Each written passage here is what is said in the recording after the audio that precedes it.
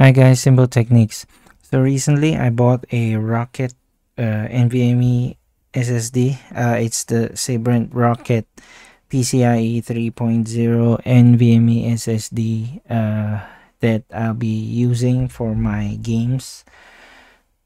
A few things to take note of when you clone your drive.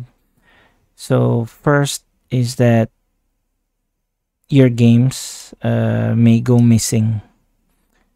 So what you need to do if your games went missing, for Epic and Steam, it's about the same solution.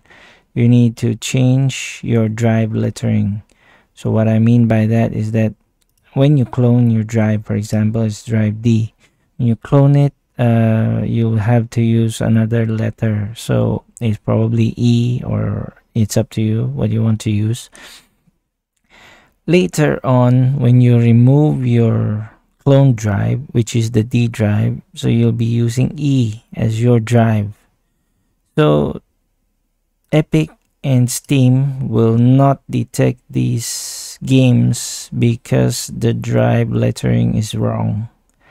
So what you need to do is you'll have to change the drive lettering, and then after that you'll be prompted to restart.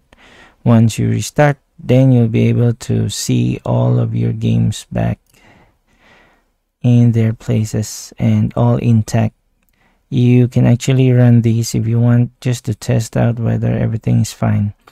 But when it comes to Xbox, so what will happen is that some of your games may go missing, and there's a little bit of troubleshooting to be done. First, if let's say your games has been missing, there will be an install button here. You can press that one and then it will try to install, but actually the game is already on your folder, so you don't really need to like re-download the whole thing. What will happen is that these will be detected, and then once it's detected, it will say that installation 100%, and then the play button will come out. So to test it out, you can press play. If in case that you got the starting loading page and then it can't push through to the games, what you can do is you can right click this one, manage, and then go to the files and then verify and repair. After verifying and repairing, the play button will come out here again. You can press play and then test out whether everything is fine. If in case it doesn't, then you'll have to restart your computer and then play it again.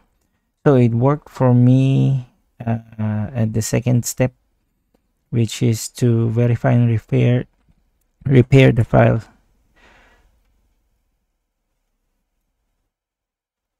Then for Sniper Elite, I had to restart, I think, about 2 times to get it going, because there have been some error on it. I'm not sure why, but after doing a repair and verify and also restarting the computer, I was able to recover it and I was able to play them up. So yeah, those are the things that you'll have to take note of when you clone your drive. It will work. Just make sure that first of all the assignment of drive is correct. So if you previously installed it on a letter D drive, just follow back the same. Then for Xbox case, which is not so straightforward, you can try to reinstall. If the game is already installed, no issue. It will just appear as play. After you play, something goes wrong, you scan and repair, verify the file. After that, if it doesn't work, you can restart and then you can try to play again. Okay, so hope you find this helpful. Thank you guys, and see you in the next one. By the way, I've tried running the SABRENT drive, so this is according to specs. So very happy. I bought this drive actually for the rated TBW. It's 3100 or 3400.